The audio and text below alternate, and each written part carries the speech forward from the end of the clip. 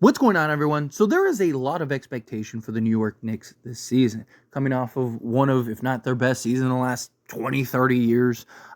They went and were able to keep OG as well as pull off a trade for Mikal Bridges. My opinion, it was a vastly overpay.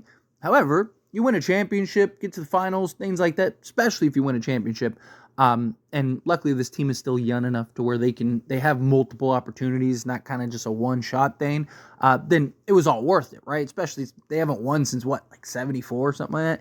So talking about a team that, in my opinion, is the second best team in the Eastern Conference. I still personally would put Boston over them. I'm sure Knicks fans feel otherwise, but I just think that they're similar teams. I just think Boston has the better skilled players in those positions, but the Knicks overall are right there, right? And there is this thought of like, hey, they should have been in the Western Conference Finals last year if it wasn't for like their entire team falling apart.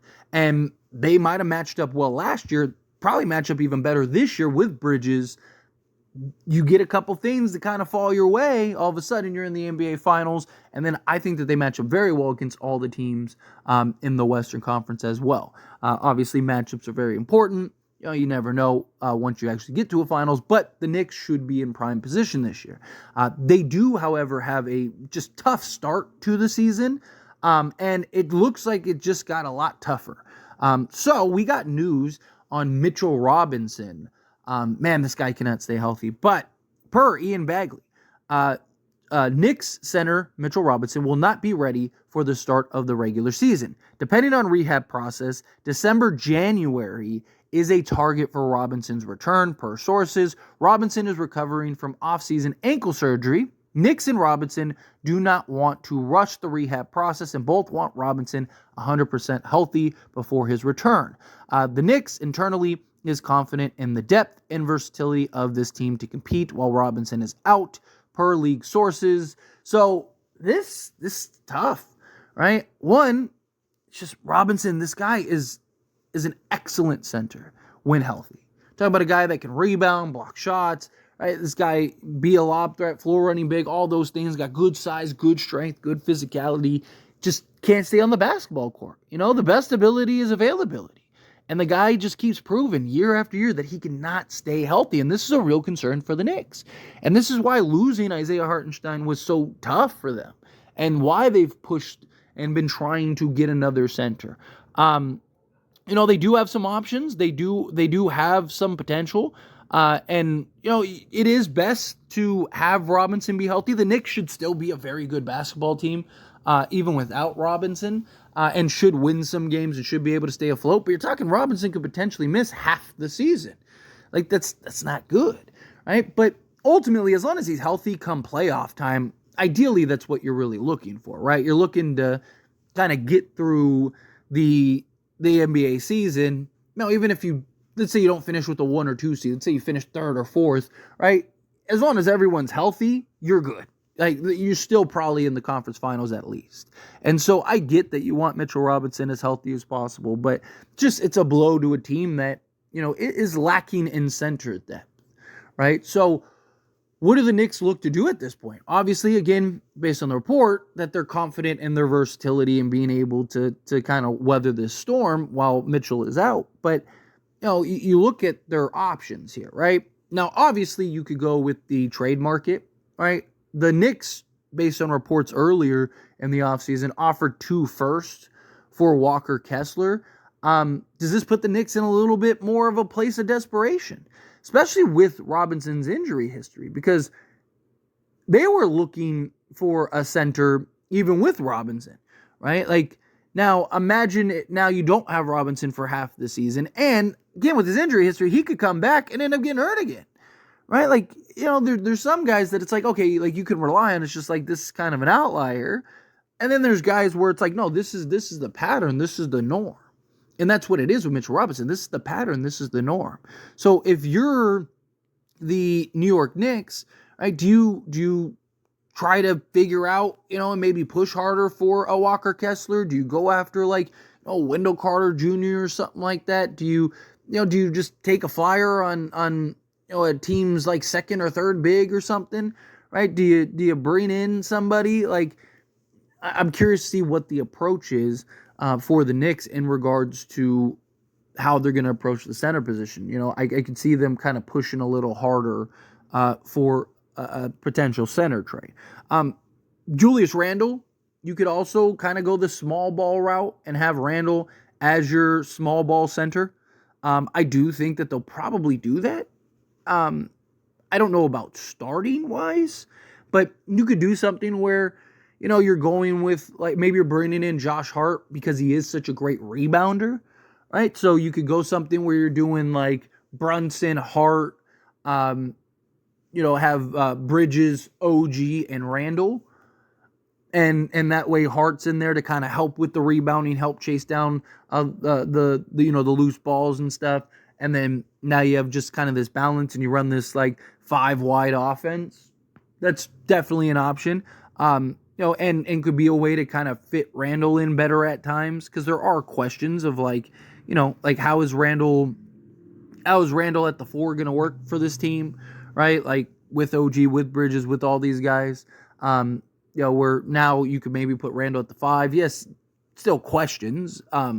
People might think like, what's the difference between the 4 and the 5? Well, the difference is Randall's in a very different or slotted position to where he's going to be rebounding and get put back, doing all that stuff, rather than kind of being that point forward, right? He's going to be probably more likely around the rim at times, rather than making plays out on the perimeter and doing the things that Randall can do. So it's definitely an option.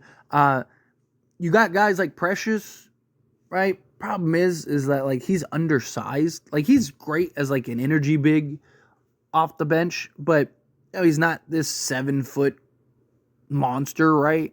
Talking about a guy that is just, he's energy, yes. Size, concerning. 6'8", it's just not ideal for like the starting spot. But again, in a pinch, you do have like Sims and Kiki.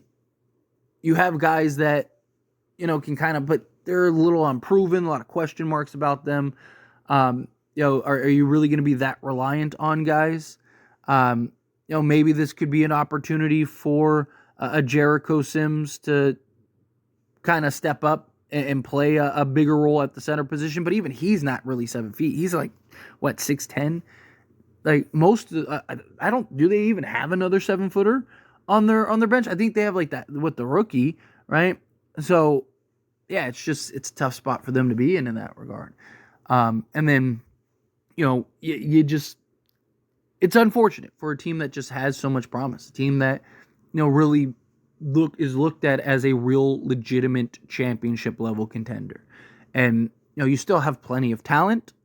Talent's not the issue, which is why I think that they'll still be able to win games. Still think they'll be able to weather the storm. This is definitely a huge blow to the Knicks, right? I mean, this is, and really raises questions just going forward, period.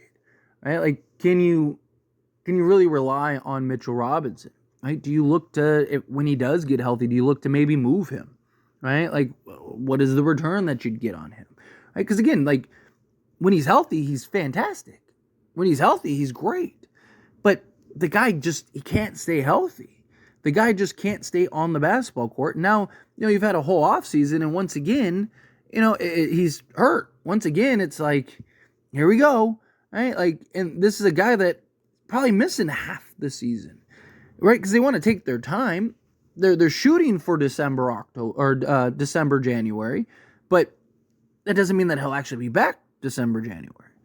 Right? This is a guy that the most games he's played in his career, he had 1 year in which he played 72 games, played 25 minutes. That's what you're hoping happens. But outside of that, rookie season 66, then he played 61, then 31, then that 72-year season, then 59, and then 31.